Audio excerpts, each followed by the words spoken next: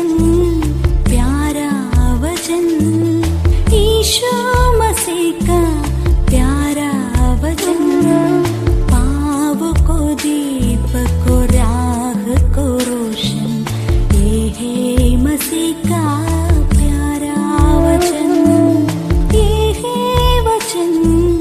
परमेश्वर के धन्य नाम की महिमा हो। प्रभात मनन के सत्र 2150 में आप सभी का बहुत ही विनम्रता के साथ स्वागत करता हूं। आइए आज के मनन के लिए हम पढ़ते हैं इब्रानी अध्याय 12 पद 29।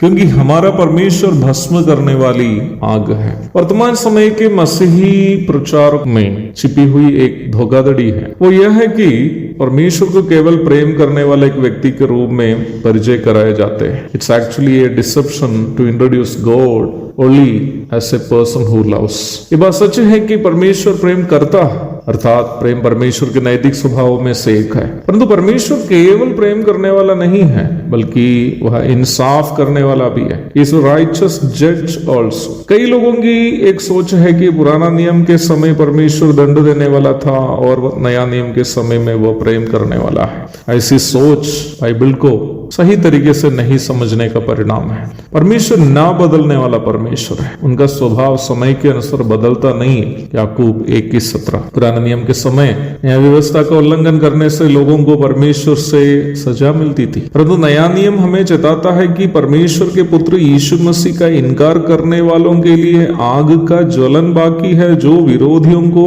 भस्म कर देगा। इब्रानी 10:27। यीशु मसीह के बारे में यूहन्ना बपतिस्मा देने वाले प्रचार करते समय वह इस प्रकार कहते हुए आप देख सकते हैं, मैं तो तुम्हें पानी से बपतिस्मा देता हूं, परंतु वह आने वाला है जो मुझसे शक्तिमान है, वह तुम्हें पवित्र आत्मा और आग से बपतिस्मा देगा। उसका सूप उसके हाथ में है और वह अपना खलिहान अच्छी तरह से साफ करेगा और गेहूं को अपने खत्ते में इकट्ठा करेगा, परंतु भूसी को उस आग में जो बुझने की नहीं जला देगा।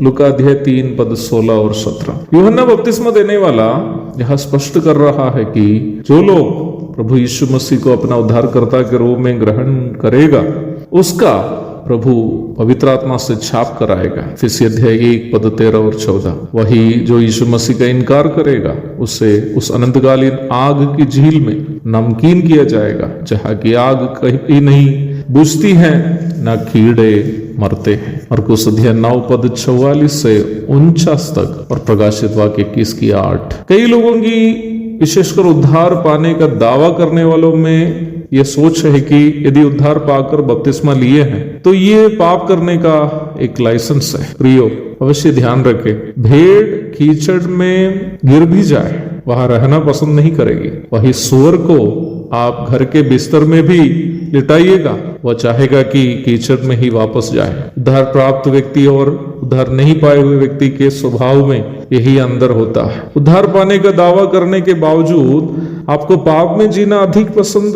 करता हो तो वो इसलिए है कि आपने उद्धार कभी पाया ही नहीं। यदि एक व्यक्ति वास्तव में उद्धार पाया हो और पाप में गिरने के बावजूद वास्तव में पश्चाताप नहीं करता हो, तो निश्चय है कि उस व्यक्ति को प्रभु की ताड़ना से गुजरना पड़ेगा।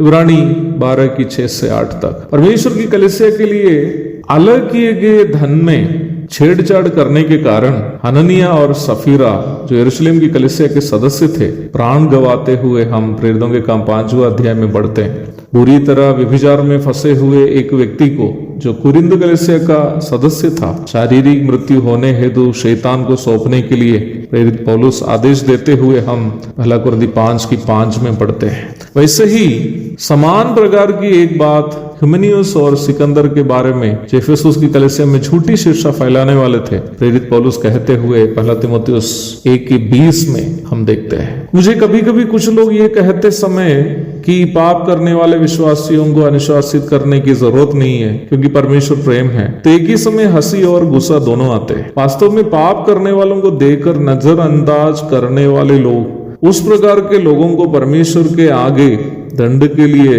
धकेल रहे हैं। हम जो आत्मिक है, पाप करने वालों को ये कहते हुए चेताना है कि परमेश्वर केवल प्रेम ही नहीं बल्कि वह भस्म करने वाली आग भी है, ताकि हम ऐसे लोगों को उनके पापों से और परमेश्वर के दंड से बचा सके। एक और शुभ दिन की धन्य कामनाओं के साथ आज का मनन में यहाँ समाप्त करता हूँ। प्रभु आप सबको आशीष दे। आमीन।